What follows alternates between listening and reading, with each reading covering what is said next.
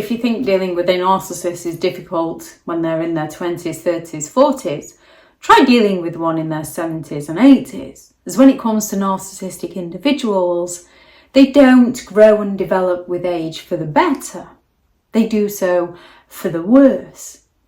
As narcissistic individuals age, their behaviour often becomes more extreme and more difficult to manage yourself around them. Their entitlement grows. They use their behaviour, they use their age to get away with their behaviour.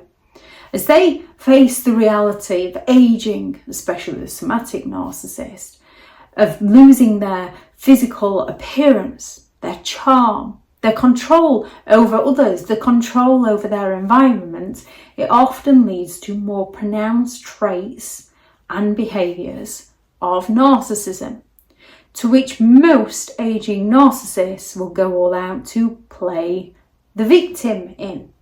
They will push people out of their lives due to their abusive and toxic behaviour towards those people, yet they play the victim. How nobody's there for them.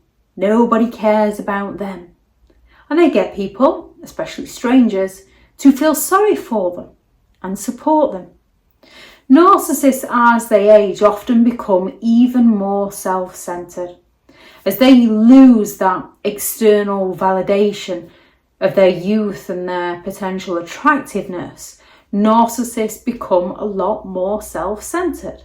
They focus on maintaining their image or projecting an illusion of superiority to compensate for their internal emptiness. The aging process exaggerates their obsession with maintaining the facade of perfection, which is why they can often go for those victim plays to get people feeling sorry for them. They usually have increased bitterness and resentment. Now, when you've been lied to, cheated on, betrayed, it's normal to have those feelings of bitterness and resentment. With a narcissist, they're holding grudges against others for the things they did to those other people. As aging brings a decline in the narcissist's appearance, the narcissist's charm, the narcissist's social circle, the narcissist's strength, the narcissist's influence over others, they often become unable to cope and manage with these changes. They grow increasingly bitter and resentful, especially as people begin to see through the narcissist's lies. Often we don't ignore red flags. We just haven't lived the life experience to understand their behaviours. It's usually not until you've dealt with a narcissistic person that you begin to learn about narcissism, red flags and boundaries. And as you age and start placing these boundaries against a narcissist, they start getting offended and believe that you are the problem. They're losing their influence over you and others. They usually try to go for younger and younger. However, at some point, they can't go any younger. And then they blame everybody else.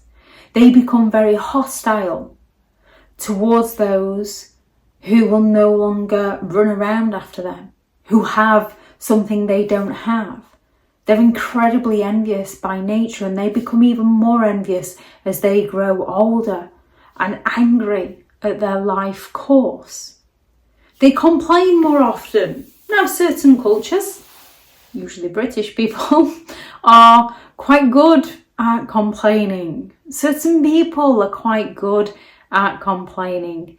Narcissistic individuals excel in this area, as their ability to control people and situations diminish as they age.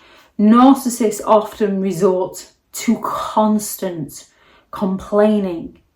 They will whine about physical ailments. They will always be ill, always misunderstood, always unappreciated. Nobody's there for them. Nobody cares about them. How unfair life has treated them. These complaints serve to gain sympathy, and the more sympathy they get, the more they will complain to manipulate others into offering them validation and attention. And it's effortless to do, because we can all have our off days, we can all have our sick days, we can all have our ailments and illnesses. Narcissists latch on and exaggerate these. Narcissists look, especially as they age, to play the victim and use things like health, decline in health, to gain sympathetic attention, not because they actually need the support. And no matter what support you give them, it's never going to be enough for them. A genuine person who's aging and having trouble with physical ailments will try their best to continue living to the best of their ability, and they are appreciative of the help. Narcissistic individuals are rude and ignorant, and no matter what you do, it's never enough, and they leave you walking away feeling like you want to break down, feeling like you want to burst into tears, feeling like you're a failure as a person.